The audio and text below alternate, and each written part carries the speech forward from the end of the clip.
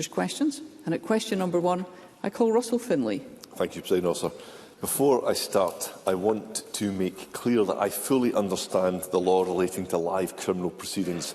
John Swinney should also understand the law, so I'd urge him not to hide behind it, to avoid answering my questions, which have nothing to do with matters before the court. On January the 19th, John Swinney received a private briefing from the Lord Advocate. It contained details of charges against Nicola Sturgeon's husband and the former SNP Chief Executive, Peter Murrell. This information was kept from the media and the public. 31 minutes after receiving this information, John Swinney passed it to his most senior SNP spin doctor. Why? First Minister. President, so let me make clear that I understand the importance of protecting live criminal proceedings. That is exactly why the Lord Advocate sent me a minute to warn me about the risk of contempt of court on a significant criminal case. And it is abundantly clear I would be asked about that case in court. She did this in order to ensure I did not prejudice the proceedings. The very brief minute that was sent to me by the Lord Advocate, which of course is a type of communication that I received from the Lord Advocate on a number of occasions, was issued to the people in the government who have to speak on my behalf. So if it's important that I am reminded by the Lord Advocate that I must be careful and respect the live criminal proceedings, then it is equally vital that those people who are authorised to speak on my behalf have the same information. Absolutely. Russell Findlay. The reason John Swinney passed sensitive information from the Lord Advocate to his SNP spin doctor is obvious. It was because he knew that it gave him and his party a political advantage in an election year. Thanks to the Lord Advocate, John Swinney and the SNP knew the precise scale of the alleged crime, while the public knew nothing. Mr Swinney was also given key information about potential timescales, also concealed from the public. Yesterday, the Lord Advocate claimed that she briefed John Swinney so that he didn't say anything to jeopardise the case. John Swinney says he accepts this, but her explanation is simply not credible. But if it really was about preventing any risk to the case, who else did John Swinney share this information with? First Minister. Well, the Government has answered a Freedom of Information request on time to address exactly the point that Mr Findlay has put to me. And the reason, and I want to repeat the reason, why that information was shared with a limited number of people in the Government is because those individuals act on my behalf and they have to know the information that I am privy to so that they also do not jeopardise the live proceedings. Now, Mr Findlay has made a number of comments which are frankly contemptible, utterly contemptible. And on the radio this morning, a prominent KC was asked, Mr Thomas Kerr, was asked what to make of the issues that were raised in Parliament yesterday. Let's hear one another. And this is what... Sorry, Mr Thomas Ross, my apologies. So Mr Thomas Ross, and he said, I thought it was an absolute disgrace. I mean, the current Lord Advocate has practised at the Scottish Bar for 40 years. She has a stellar career. She is trusted by every practising lawyer and every judge in the country. And for her to be accused of corruption without a shred of evidence to support it was one of the most shameful episodes I've seen in that building. It was a shameful episode. Russell Findlay was responsible and he should be ashamed of himself for what he has said. Russell Findlay. Imagine boasting about getting an FOI answered on time. Absolutely desperate. And it sounds like, because he didn't answer the question, it sounds like he didn't share this information with his entire cabinet, but he shared it with his spin doctor. The Lord Advocate should have known that handing politically advantageous information about an acutely sensitive criminal case involving Nicola Sturgeon's husband to the SNP leader was a gross misjudgment.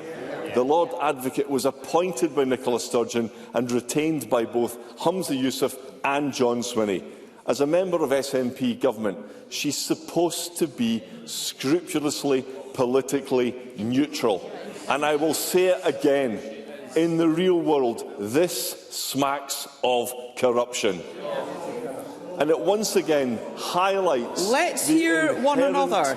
This once again highlights the inherent conflict of interest with Scotland's top prosecutor also being a member of the Scottish Government. John Swinney stood on a manifesto promise to address this. 5 years later, nothing has changed. I wonder why. Does John Swinney now agree that the Lord Advocate's dual role must now end? First Minister. Before I address that point, I want to say something very directly to Mr Findlay, to Parliament and to the public in Scotland. Dorothy Bain is an outstanding prosecutor. Yes. She is an outstanding lawyer. She has 40 years of unimpeachable service to the public interest in Scotland. She alone is responsible for more cases of sexual violence of men against women being brought to justice than any other person, and I put on record today my absolute confidence in the Lord Advocate in undertaking her duties. Thank you. Thank you. And I am disgusted by the way Russell Findlay spoke about her yesterday, and he should be ashamed of himself, and he should withdraw every word of contemptible rubbish that he's put on the record yesterday and today. Thank you. Let's continue. Thank you. The Government took forward, was elected on a policy commitment to explore and examine and consult on the issues in relation to the dual functions of the Lord Advocate. Those issues, of course, have been considered, but research work has been undertaken and it awaits decisions amongst ministers. But I point out...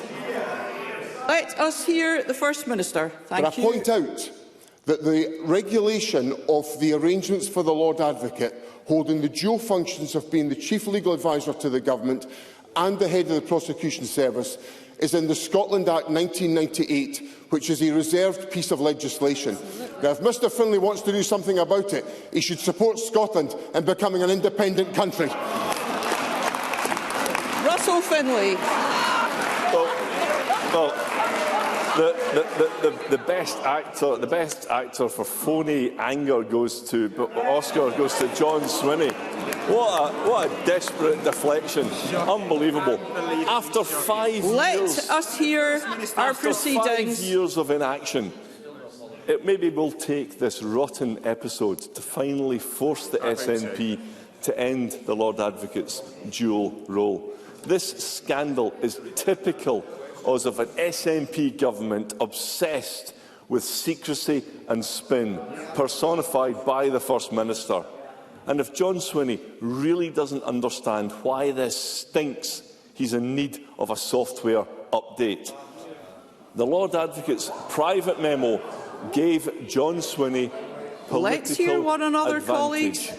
The Lord Advocate's private memo gave John Swinney political advantage. He was Nicola Sturgeon's right-hand man, and he got a heads up about the criminal case involving her husband. The Lord Advocate's actions were wrong, and her excuses don't stack up. John Swinney says he's got confidence in her, so will he therefore support our plan to get her back into Parliament to provide a full statement about this shameful, rotten episode? First Minister. Parliament decided on that point last night in a democratic vote by the elected members of Parliament. Yesterday, Mr Findlay put on the record all of his points to the Lord Advocate. there were, I think, 14 members able to ask questions of the Lord Advocate in an extended urgent question that was before Parliament.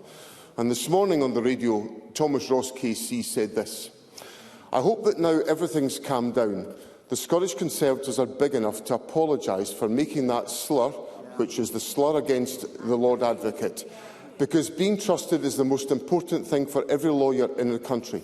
And for somebody who is trusted, the Lord Advocate, to be accused in some way of dishonesty, I thought was shameful." And I agree with Mr Ross, because I was disgusted by the behaviour of Russell Findlay and a number of other contributors in Parliament yesterday. I think it was the most appalling level of behaviour that was deployed by members of Parliament. We've got a code of conduct and some standards to hold in this Parliament.